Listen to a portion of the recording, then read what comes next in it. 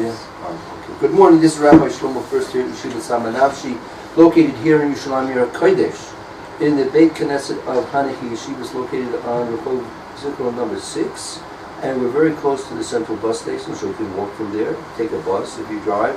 There's parking across the street.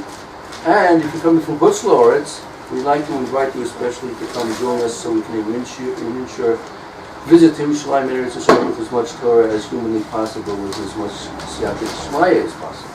And now, the first year today, we're learning Pirkei Avos, and in preparations for Shavuos is just a few days away. We've been learning the first parak in Pirkei Avos, but now we're jumping to the sixth parak, the second Mishnah. Amar Rabbi Yeshua ben Levi, Kol Yom V'Yom Bas Kol Yotzes Mahar Choriv V'Maskeres V'Omeres Oy Lem L'Brios Ve'Albana Shel Torah. Says Rabbi Yeshua ben Levi, the Kol Yom V'Yom, each and every day, Bas Kol Yotzes is a voice from heaven that emanates. Mahar Chorev, Maskeres, it proclaims and it says, Oy Lem L'Brios, Oy to those, woe to those creations, Me'Albana Shel Torah, for the disgrace of Torah. Shekol Mi She'ein Osek B'Torah, anyone who is not occupied with Torah, Nikra Nazar, is called, is referred to as a person who is like ostracized, is considered to be ostracized. Shenamar, it brings a pasuk, Nezem B'Zahav Al Azir, Isha Yafa V'Srach. We'll see the portion now. What's that last sentence? The last sentence. Nezem, it's a gold ring, Nezem Zahav, a gold ring, ba'ab in the mouth of a swan. Right? A beautiful woman. Sarah, that's not intelligent. lacking intelligence. Both things are out of place and without pleasantness. So let's take a look now at we'll start with Rashi. Would you like to begin with Rashi? From the Mishnah? Sure. Let's see, from the very beginning, I guess. Me'el Bona Shel Torah, the disgrace of the Torah. Me'el Bon She'odin Es HaTorah Shehi Aluva Al She'ein La Oski. So the end is there's not involvement, immersion. But I don't know the many much of these words. Yeah.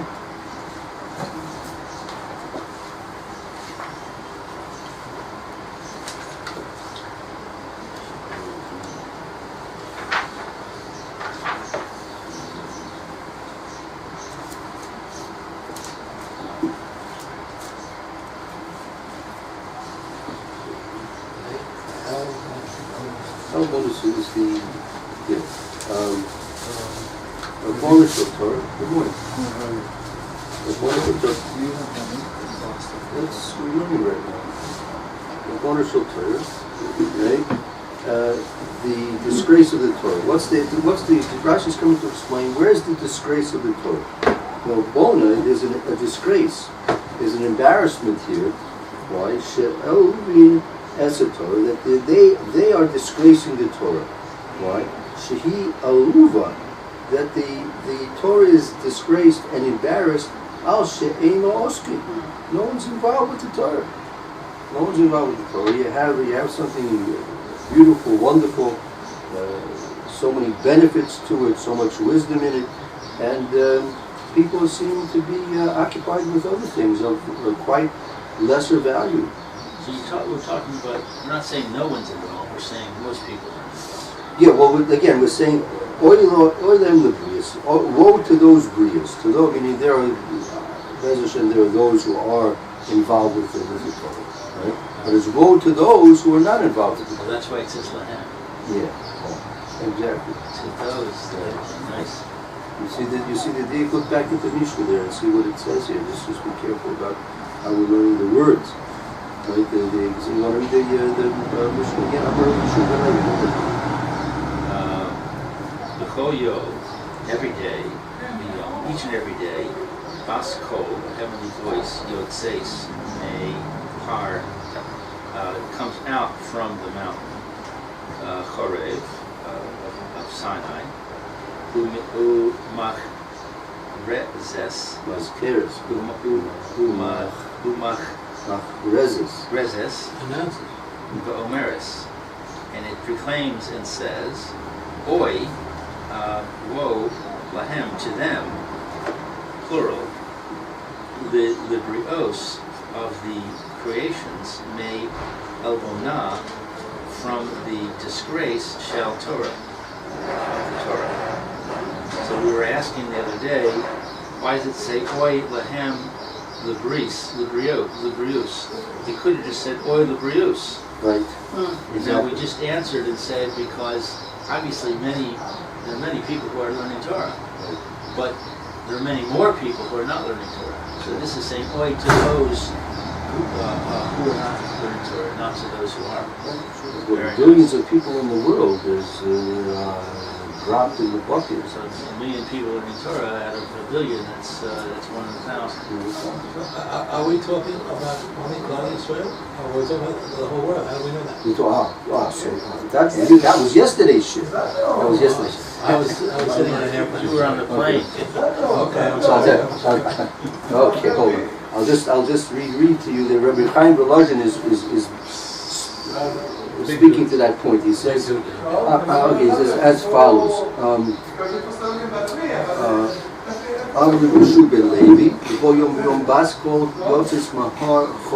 So basic question is, why is it called Har Sinai? Why is it called Har? Right? And I say Yotzim Har Sinai. So the answer is Ki Amr Chazal. There's a Gemara in Shabbos Pei Tes on the base. Hey Shemus Yeshua. There are 5 names to Har Sinai, right? And one of them is right. So Amr Bi Ravav Har Sinai Shema. V'Lama Nikra Shemo HaChor. Why is it called HaChor? Sheyard Chorba LaOyvei Kochavim Bisman Shematim Torah. Shelo Ratza LeKabla. That destruction. Chorba is a destruction, right? So Yard Chorba LaOyvei Kochavim. There was a destruction that came to the Oyvei Kochavim at the time of Matan Torah that they weren't willing to accept it. Yeah, because Hashem opened it to everybody. Yes. And everybody had a time. Yes. It's not for us. That's not for We us. can't steal it. We can't do this. We can't do that. Exactly. Do that. We can't do that. We all know that. That Chazal we all know. Now what we don't know is what Rav Chaim Volozhin is saying. That's what we learned yesterday.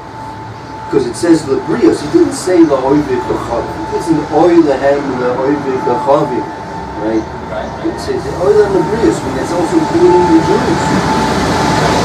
It's them and us. Collective. Brios.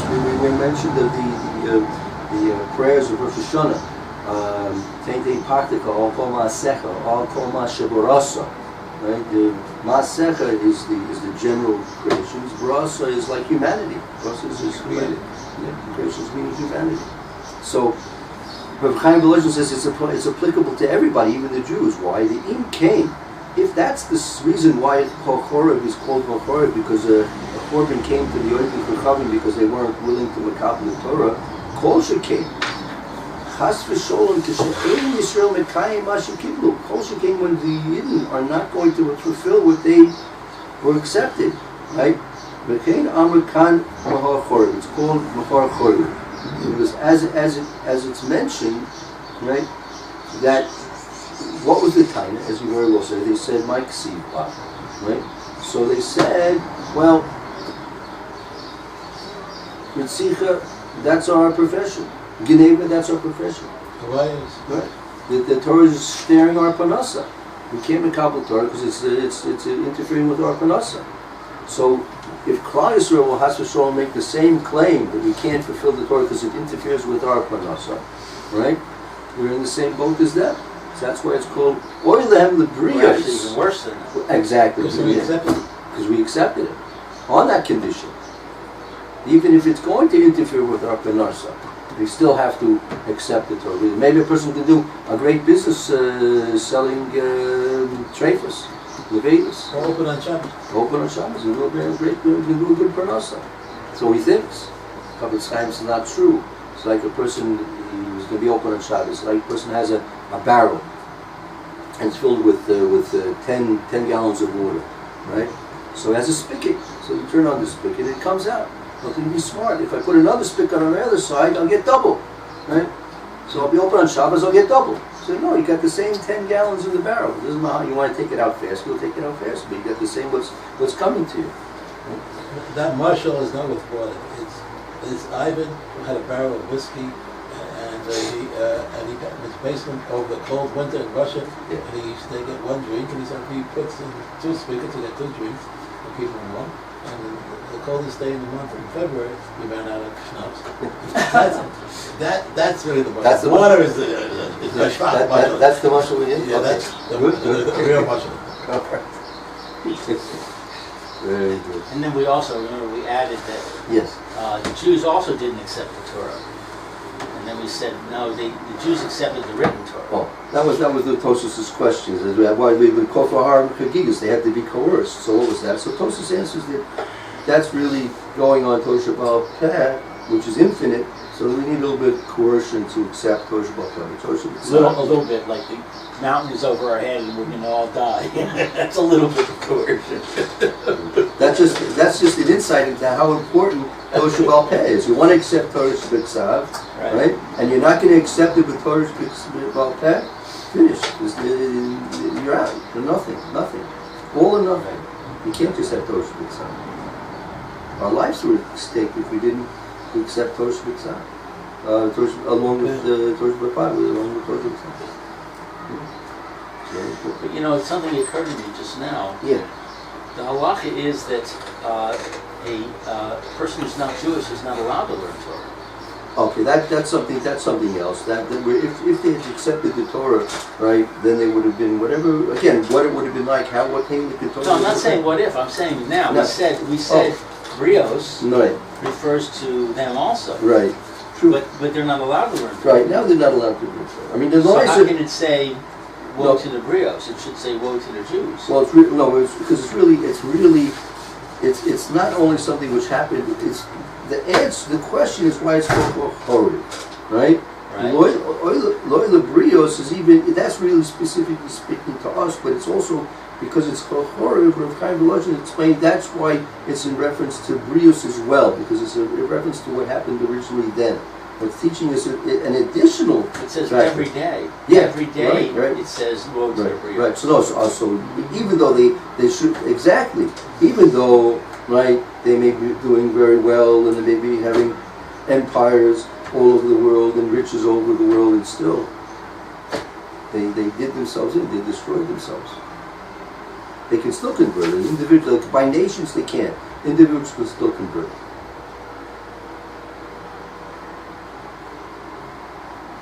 Isn't there a mitzvah though for somebody who's not Jewish to learn the Sheva mitzvah? Yeah, for sure. That's So something. we'll be talking about that. Could be, yeah. Also. Wouldn't take very long. 5 minutes, 5 to 7. Oh no, I'm sure there's a lot more than just the summary of them. There's probably a lot of details, you know. Well, okay, but it's Because they have some a of legal system. There's probably a lot to understand what it means to have a legal system. Okay. There is actually in America a B'nai Noach society, Yeah, that's correct. which their Svara bill is that they learn those 7 laws. Right. Okay. Back to I think so. That's Rashi. So a couple of more words in Rashi, I think.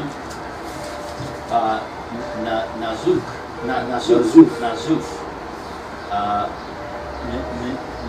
Menudeh. Mo.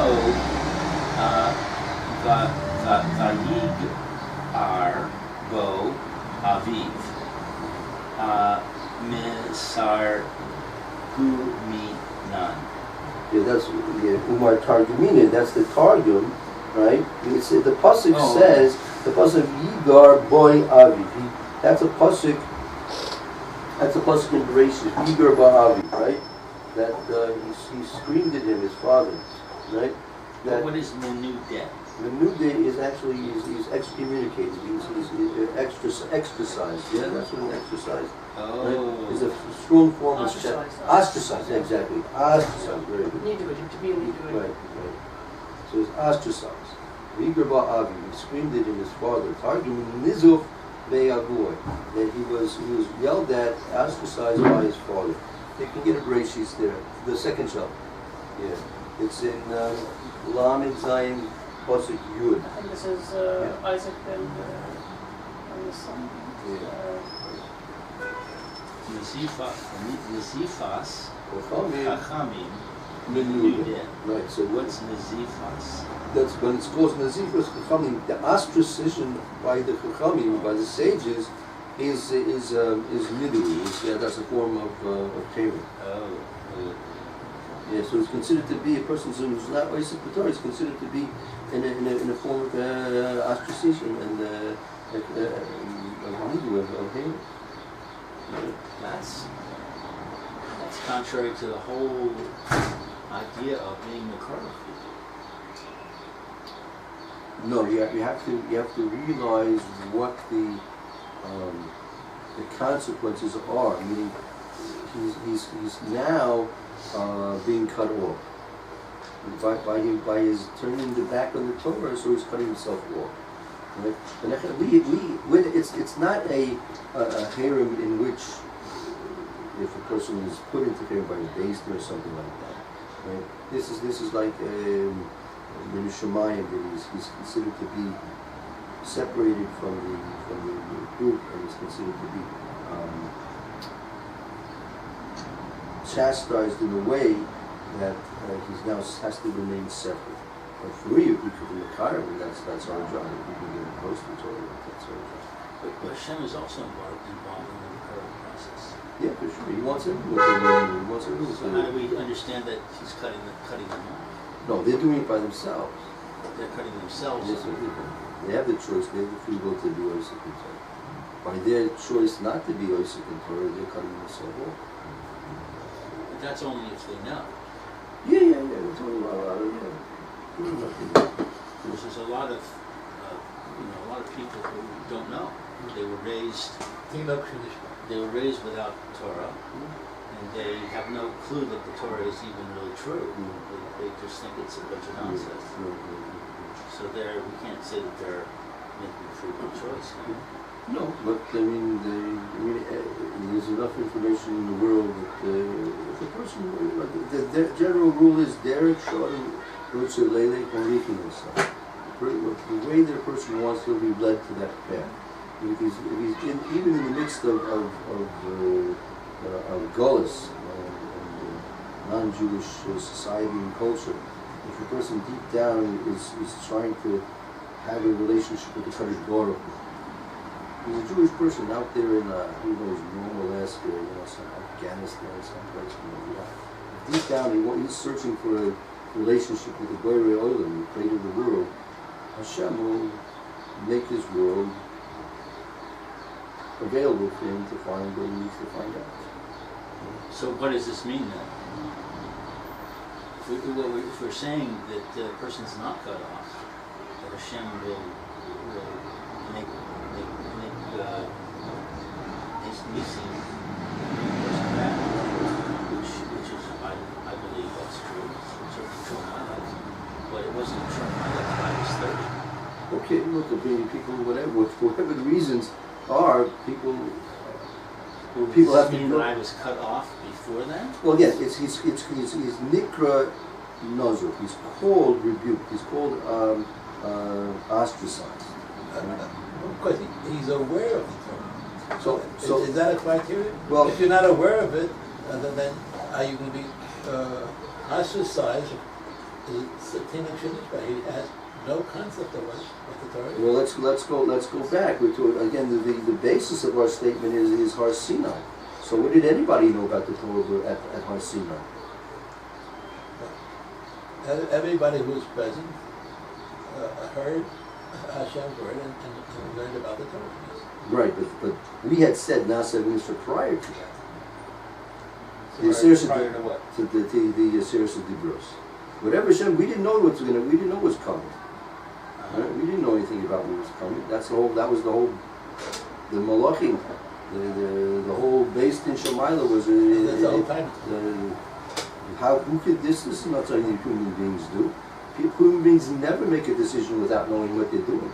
The way humans work is that you know the facts, you know the choices, and you make a decision on you simply don't make a decision to do something without knowing to do it. So when did we say Nafshi Nishma? I That thought it was after the. So we'll take a look at the Chumash and Shmos. It was I think it was coming up. Yesterday was Yom Yuchas. Yom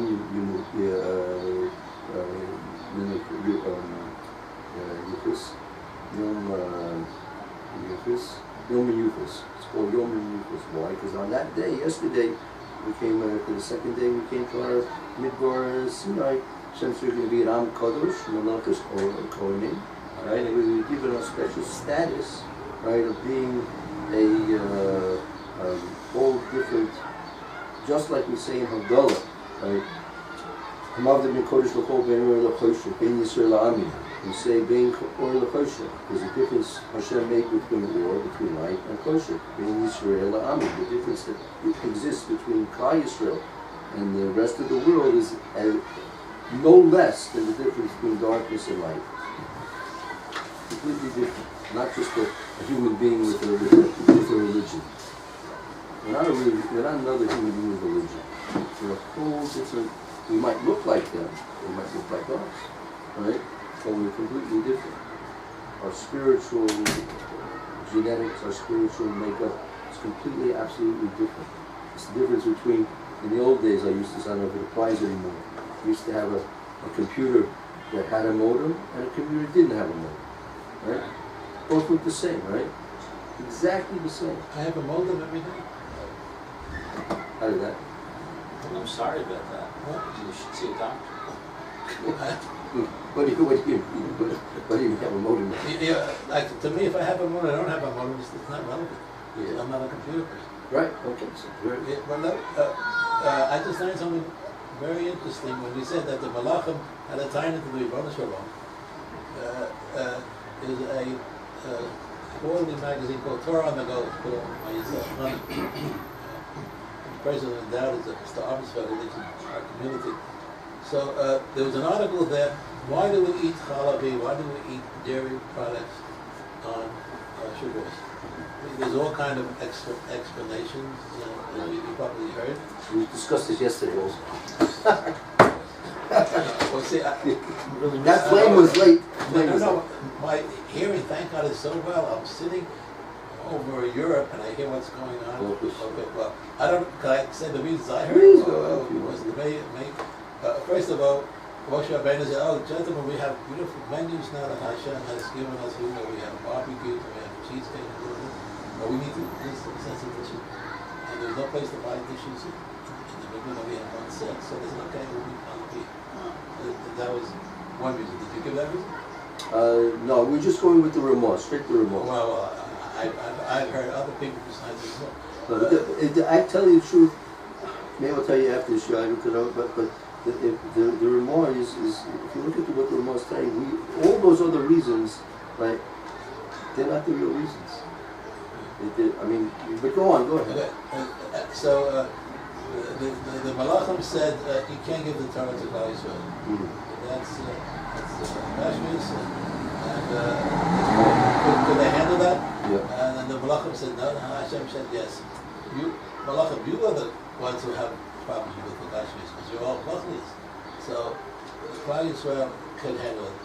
And to show that we are involved with Hashem in the Mashmis, we eat food which Malachim do not have any requirement. So that's why we eat dairy products that show that we're eating and making brachas also part of Avos Hashem. Okay. So that's another reason. But you can say bracha on meat, I think. What? You can say bracha on basar, so I don't understand. Maybe Why? Because they didn't have basar in the middle, so they used the. They had slav. They had slav. They had cattle. Cattle. They had millions of head of cattle. Well, that was one of the reasons they gave to demonstrate to Malachim that people could accept the Torah with the Yeshivas. So why they picked Halavi instead of the Sari, I don't have an answer for that. And then one of my Mishpachel comes, he likes gematria, some people know it, but he says, what's the gematria of Halavi? You figure it out, it comes out, you good at math? I'm good at math, but not good enough to figure out Kalavim that I don't know how to spell. That's not as base. Yours is 50. Yes. Halavi is 50. Okay, I'll take your word for it. Okay. But check it out. What's your name, sir? Yaakov. What? 8, Yaakov. 32, 10. He's old-fashioned. He doesn't need a computer to figure that up. Yeah, it's 50. 50. And what's Shavuos? 50. Okay. 50 and 50. It equals. Those are the reasons that I heard. Now, what is the reason that I didn't hear? Gematria is never a reason. Shavuos has a shin in it. How can it be 50? No, it's the 50th day. 50th day. 50th day. Ah, okay. Gematria, we do a little creative thinking. Shavuos is the 50th day. So Gematria is never a reason. What? Gematria is It's a good source to me. I don't know. No, it's not. Gematria is a reminder. Fulfillment? That's it. That reminds us that we're supposed to eat halal, but it's not a reason to eat it. Well, it's okay. Whatever is good for the cheesesteak. Am I right about that, Rabbi? Gematria is not a reason for anything. It's a remnant. It's not. It's a hint. Now, if you look at the Ramah says, and you can. I'm sorry that you give me yesterday's shirt twice. Yeah, well, what can I do? It's good to. We're supposed to do Chazorah, right? Chazorah is good for the soul. Up to 100 times. Right. So yeah. Well, why wouldn't you? I heard a very good explanation this morning for Holiday. They had just received all the laws of shefting, and they were so complicated. They didn't have like the co-ops to learn everything, in that short period of time. So it was just much easier to order pizza than to. See, go back to that person, and it's not true because you have to check the Korban Pesach 50 days before. But that was before Matan Torah, though.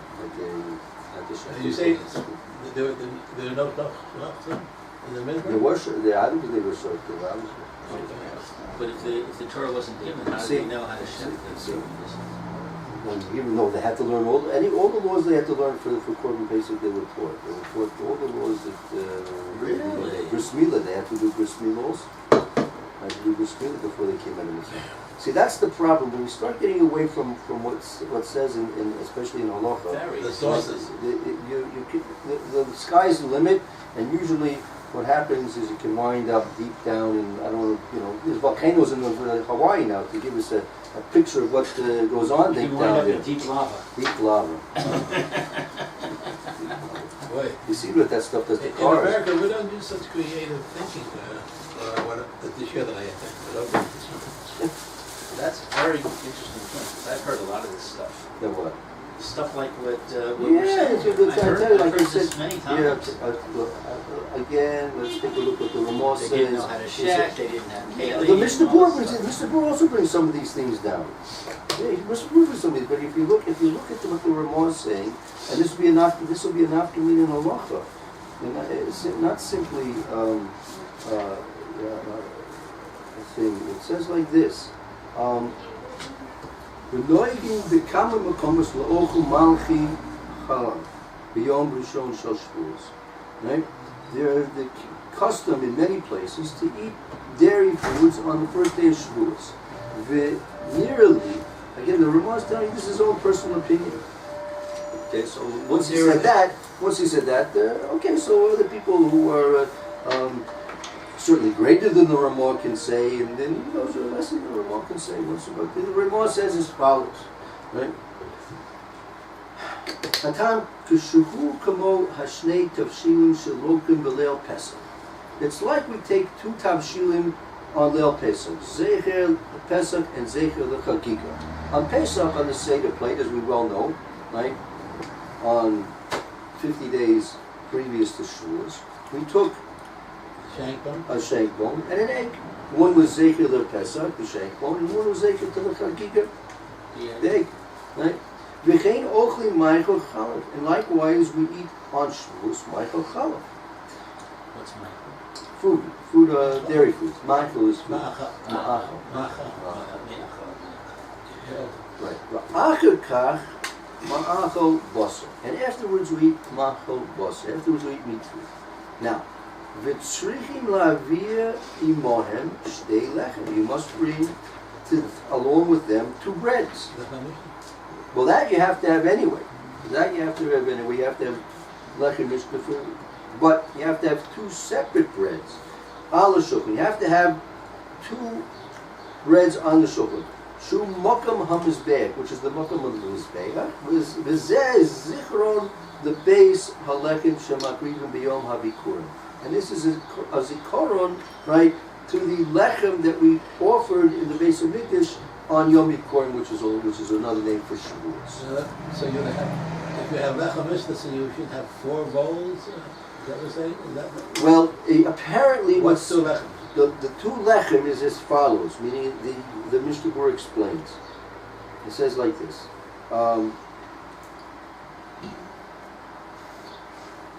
Zichron lebeis halechem. It's a commemorance of the 2 breads. In kain haya al shel chitim. The dugma stain should be there for of chitim. Number 1, because of a prima garden. Yesh lazar the ma'achal libasa v'chala b'kol ma shenizu b'kol shon. Okay, that's something else. So it says like this, that that in order to eat, Ratzalom should be Pesach osim zecher the korban. Right, on Pesach we make a commemoration for the korban Pesach. Just like on Pesach you had to have a zecher to the korban Pesach, on Shavuos you have to have a zecher to the shtei lechem. Okay, therefore we should eat dairy food, and afterwards we eat basari, and therefore you have to bring a mohem shtei lachamim. You have to bring 2 breads, right? The asur lama'achol basar v'chalav b'lechem echad. It's forbidden to eat basar and chalav with 1 bread. It was on the same table.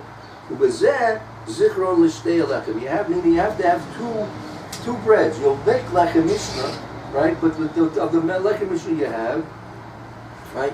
You'll have 1 on the table at the time of the milkiks, and then you'll take that other bread and put that on the side, and then when it comes now to eat the basari, you bring that other bread and eat from that. So when you say that other bread, you're talking about that other 2 breads. Other 2 breads. It's not just 4 breads. No, it's really 2. Apparently it's 2 breads. 2 breads. You have 2 breads. You have 2 breads, right? Now you make a motzi. You take this bread and put it on your table for the dairy. You take this one, put it on the side for the meat to come later on sometime, right? But I really don't understand this because you have to have lechem mishnah anyway. Well, why shtei lechem? Shtei lechem has to be just like on Pesach. You have to have a zeker lekorban Pesach, like the shank bone and the egg, zeker lechagiga. Right? So what was the zecher? The shtei lechem. From the bikor? Bikor. Why? Explain why you need 2 lechem for bikor? Because that was what we offered. We offered the shtei lechem that was offered in the base of Mikdash. The 2 breads they brought. For bikor. Of chitim, right? Of chitim. And is that the way? That's at the end of the Omer. That was so the Omer ceremony concluded with 2 offerings and 2 korban of shtei lechem. Yes. So if you want to eat some of the bread from the loaf that you cut for the milk with the meat, so can you do as follows? You say motzi on the 2 breads. You cut 1 bread, so say you cut half of it. You take all those slices, put them on a bread plate. Then you take the half loaf and the full loaf and you put them on the other table. and then you hand this out and eat it, then those breads are able to be brought back for the... Right. Yeah, but I think that's not encouraged, because it's confusing. Oh, this is the milk bread, and this is the fleshly bread. So That Mr. Bush that's why says we here, do it separate. not only that, you should know that the minhag was that they actually went ahead and made a milkika bread. They actually made it. you weren't allowed to make it look. You're correct. It depends how much you want to make. If you make a small amount, it's enough just for a suda, right? And then you go. They made a tikana. Was all stepped in and said they didn't want people making milk bread because it's very easy to make a terrible mistake. Right. You really It's confusing. can't- very confusing. So, but that was only if you're going to make quantity, right? Simply, in general, it's not advised. And but if you do it, you have to make it in separate shape. That's why you see the breakers. They triangulate. You know, the milk is the dairy breakers. Conditions and stuff, they make them triangular. Right. Make It's it not, distinctive. that's right, and then the horrible ones are rectangular. Right? And you need different candles? It's a whole, Yeah, it's a whole, it's a whole big different... Yeah. So, But I'm asking specifically because we have a small group of people, and okay, thank you for that. if we don't do that, we'll end up with all this bread. Our freezer will be full of bread. Why should know again? Why would it be full of bread? Because we'll eat like a third of the loaf, Right. and then we can't eat the rest in the It's more than- yeah. fleshly meal. Right. So we got to put it away Yeah. in the freezer, Yeah. and then for the fleshly meal we have to have a new loaf. We'll cut it, we'll Right. eat a third of it, Right. and we'll put that in the freezer. The freezer gets filled up with bread, Yeah. and then during the week we don't eat that much bread. You buy collars or you make collars? Both. So When we buy them, they come out really big. Yeah, we can try and buy smaller ones. Yeah, if we make them, we could make a lot of little Well, ones. sometimes you can buy smaller ones too. Yeah. But it's much more cost effective to buy the big ones. There's a difference in price between the small one and the big one is very, very little difference. So I think the prevalent custom is that all bread is herb, and if you use it for fleshly meal, you try to finish it. And if you don't finish it, I don't know what you're going to do with bread that was on a fleshly table, because you can't use it on a monthly table.